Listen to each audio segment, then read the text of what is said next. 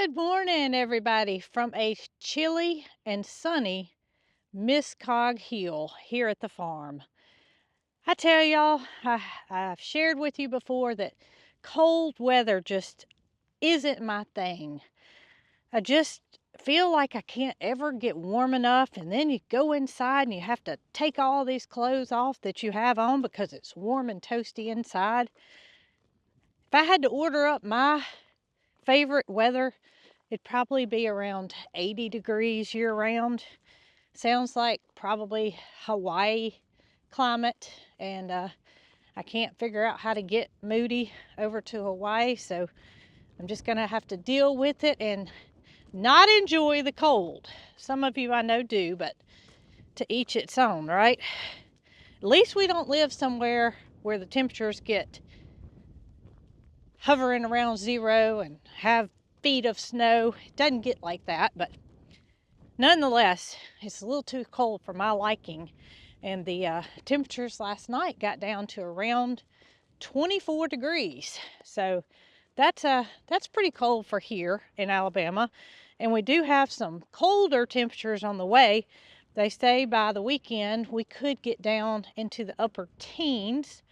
And well, that just makes it even worse. So I know everybody's wanting to know where I found my sunglasses, and that morning I shared with you guys that I'd already fed and I'd taken care of Pocket and Peaches, and that requires going here, which is our milk room, to put water on those two seniors' food because it makes it easier for them to digest it.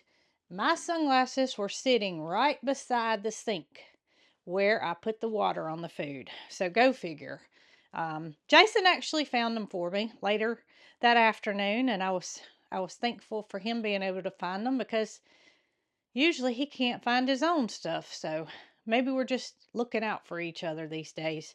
After being married for 24 years and been together for 30, you kind of get to know each other. But I wanted to update y'all on the mom and the chicks, and I'm not going to lift the top up because the babies are all tucked in under mama.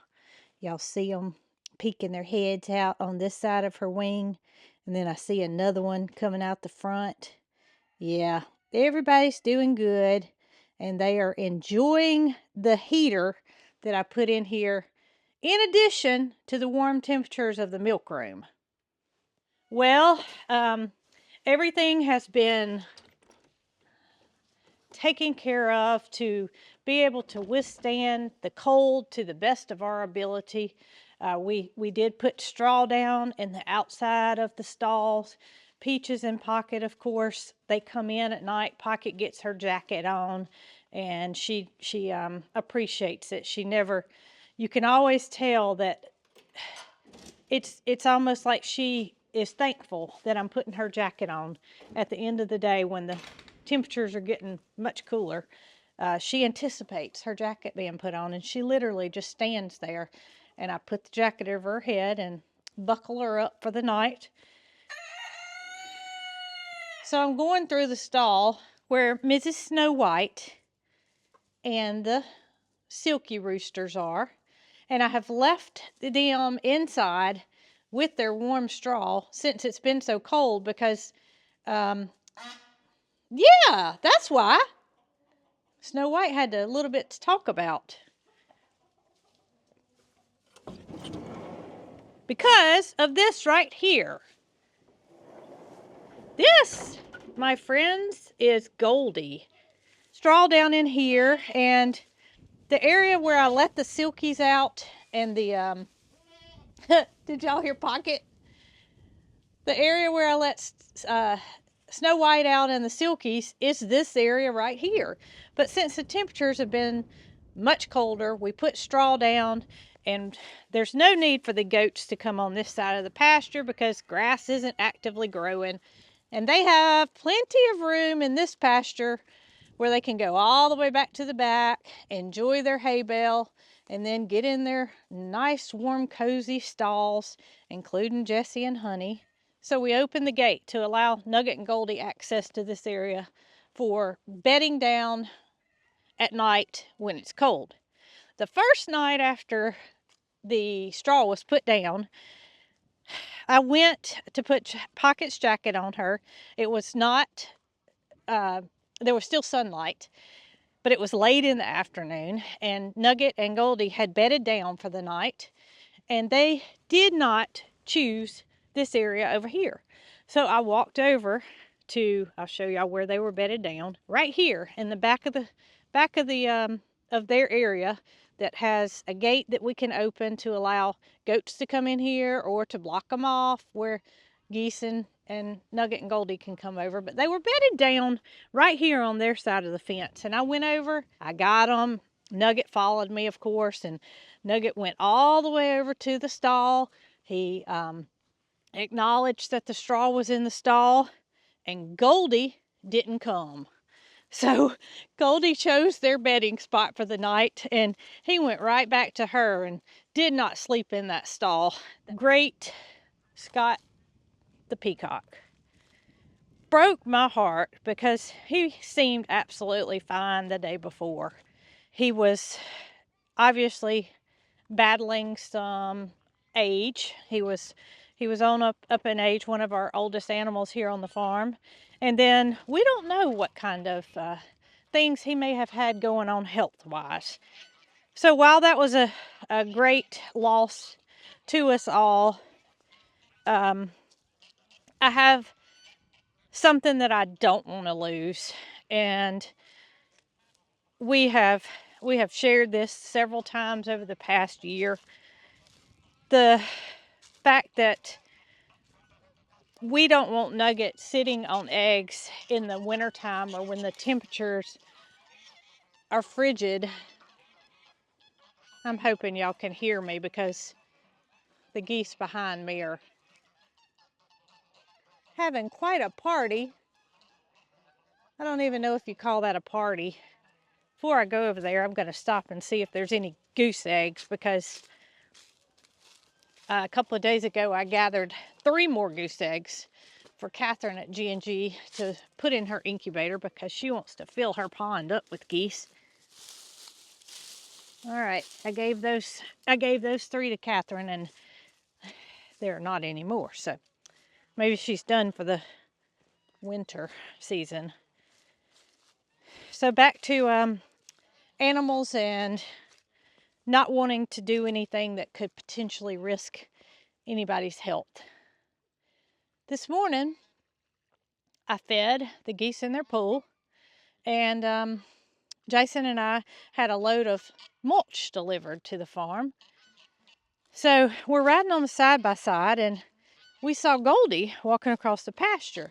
First, we didn't know who it was. We thought it was Nugget, and we thought Nugget was by himself. And I asked Jason if he had seen more than one emu, and he said no. And we figured out that that was Goldie that was walking across the pasture, and immediately said, "Where's Nugget?" So Jason was going to feed Loretta and Gus, and I said, "Just drop me off in the pasture," which is where I'm standing now, "and I'm going to go look for Nugget." So our immediate thoughts were, no, please, no. Please tell me that he's not sitting. Well, we didn't see how that could be possible because, well, we had just, we've seen them. Nothing seemed out of the ordinary. We haven't seen them in one particular area more so than another. Jason's been checking the area where Goldie laid previously up on the back of the hill. Show y'all where that was right now. All the way across up on the hill where the goats are is where Goldie laid her eggs the past 3 times that she's laid. I had to think about that for a second. So we knew that, that wasn't going to be the case because he's been checking. But when we did not find Nugget this morning, we both went on a search. So I started out on the hillside and went up to make sure Jason didn't miss anything over there. And Jason hollers at me from on this side of the pond where I am now. And he said, "I found him." And I thought that he said he wasn't alive. And I'm going to tell y'all, after just losing Scott, my heart sank. And I yelled back, I said, "Is he okay?" And he said, "Yes." So me being able to see from across the pond where Jason was, I walked from over there on the top of the hill. I came around the dam on this side over here, and I could see Jason squatted down with Nugget. And my heart was still kind of in my throat because Jason was squatted down beside him, and I wasn't realizing why. And once I got over here, Jason said, "He's sitting on eggs." And I literally could not believe what I was hearing. So it's Australia, right? In Australia, where emus are native, it's summertime right now. And while these guys have been domesticated, they still have instincts that are from their native area, which is to lay eggs in their summertime. So here we are again with Nugget unintentionally sitting on I don't know how many eggs, because Jason said he knew there were 4, but we did not get him up because I needed to think about it. I needed to have a plan. I needed to sort things out in my mind before a decision was made on what to do. And while I say I had a decision to make, I have to make the decision that's not best for me, but best for our animals. But in a situation such as this, where we have temperatures coming up that are going to be in the upper teens at night. Now, you may not realize the fact that the seasons changed in Australia.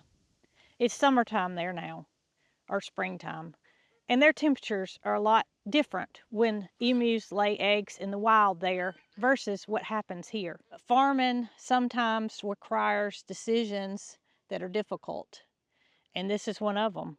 And I appreciate those of you that do understand, but you can see how still he is and how tucked in he is. He would be like this for the next 60 days. So I'm going to get Jason to help me, and we're going to see how many eggs he has, and he can get back to his normal life, because there's no way he could have sat longer than last night. We saw him yesterday. He was very active. He was moving around, and he's not been sitting very long at all. So interruption early, I think, is a good thing. I wouldn't want to wait, 12 days, 6 days and make a decision. It's better, in my opinion, to do it now versus later. Catherine has Goldie and Nugget's previous clutch at G&G Farms in her incubator. They're doing some rocking and rolling. Y'all are going to need to check out her most current video, which should be live today on her channel, G&G Farm. Getting real close to hatch day on the first 3 or 4. I can't remember if it's 3 or 4, but we're getting real close to those first ones hatch day. And she's going to have a lot of fun with those babies. Well, there were 6 eggs up under Nugget. 6 big, giant green eggs. Goodness gracious.